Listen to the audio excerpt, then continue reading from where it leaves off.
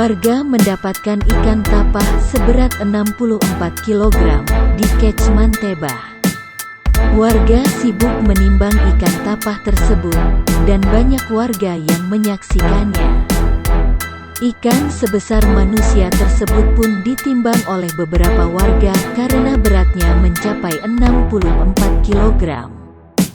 Sementara warga lain mengukur berat ikan tapah menggunakan timbangan tersebut. Ikan tapah Wolago liri, spesies ikan air tawar berkumis, catfish yang masuk dalam famili Siluridae.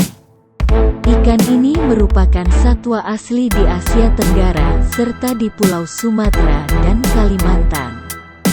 Ikan ini dapat ditemukan di danau dan sungai besar.